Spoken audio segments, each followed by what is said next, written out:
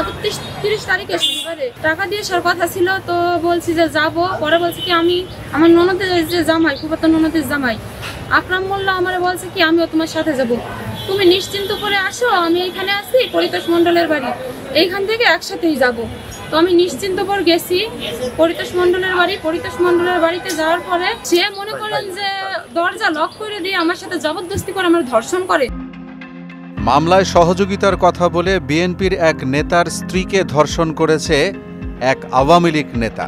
মাসখানেক আগে ঘটনা ঘটলেও ধর্ষণের শিকার ওই নারী বাদী হয়ে 9 সেপ্টেম্বর আদালতে দুইজনকে আসামি করে মামলা দায়ের করেন। আদালত মামলাটি আমলে নিয়ে পুলিশ ব্যুরো অফ ইনভেস্টিগেশন পিবিআইকে তদন্তের নির্দেশ দেন। জানা যায় ভুক্তভোগী ওই নারীর স্বামী স্থানীয় বিএনপি নেতা রানা মোল্লা। একটি মামলায় পুলিশ তাকে গ্রেফতার করলে সহযোগিতার জন্য ফুফাতো ননদের হাজব্যান্ড আকরাম মোল্লা এগিয়ে আসে, যিনি স্থানীয় আওয়ামী লীগ নেতা। কোর্টে যাওয়া আসা সহ মামলা সংক্রান্ত সকল কাজে ওই নারীকে সহযোগিতা করার আশ্বাস দেন আকরাম মোল্লা। গেল 31 আগস্ট জামিনের ব্যাপারে কোর্টে যাওয়ার কথা বলে ওই নারীকে কৌশলে পার্শ্ববর্তী গ্রামে আরেক অভিযুক্ত পরিতোষ মণ্ডলের বাড়ি নিয়ে তার সহযোগিতায় ভুক্তভোগীকে ধর্ষণ করে আকরাম মোল্লা। এ বিষয়ে ভুক্তভোগী ওই নারী বললেন, উনি আমার ঘরের ভিতর ডাক দিছে, গেছি পরিতোষ মণ্ডল বলে কি তোমরা দুজনে বইসা এখানে গল্প করো, আমি তোমাদের জন্য চা নাস্তার ব্যবস্থা করতেছি বলে উনি অন্য রুমে চলে যায়। আর এই দিক দিয়ে 1 নম্বর যে আসামি আমার ফুফাতো ননদের জামাই আমার ধর্ষণ করে।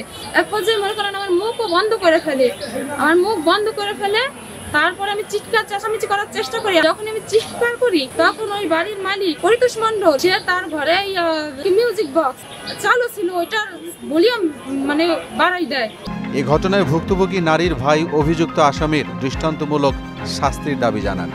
আমার বোন অসহায় যখন ছিল তখন তারা অসহায়ত্বের সুযোগ নিয়ে তারা তাকে ধর্ষণ করে। গত 31 আগস্ট চাঞ্চল্যকর এমন ঘটনা ঘটেছে গোপালগঞ্জের মুকসুদপুর উপজেলার কাশালিয়া ইউনিয়নে। ঘটনার পর ভুক্তভোগী মুকসুদপুর থানায় মামলা করতে গেলে পুলিশ মামলা নিতে অস্বীকার করে। এর 1 মাস পর গোপালগঞ্জে নারী ও শিশু নির্যাতন দমন ট্রাইব্যুনালে মামলা করেন তিনি। মোহাম্মদ আলিউল্লাহ, মোহনা ডিজিটাল।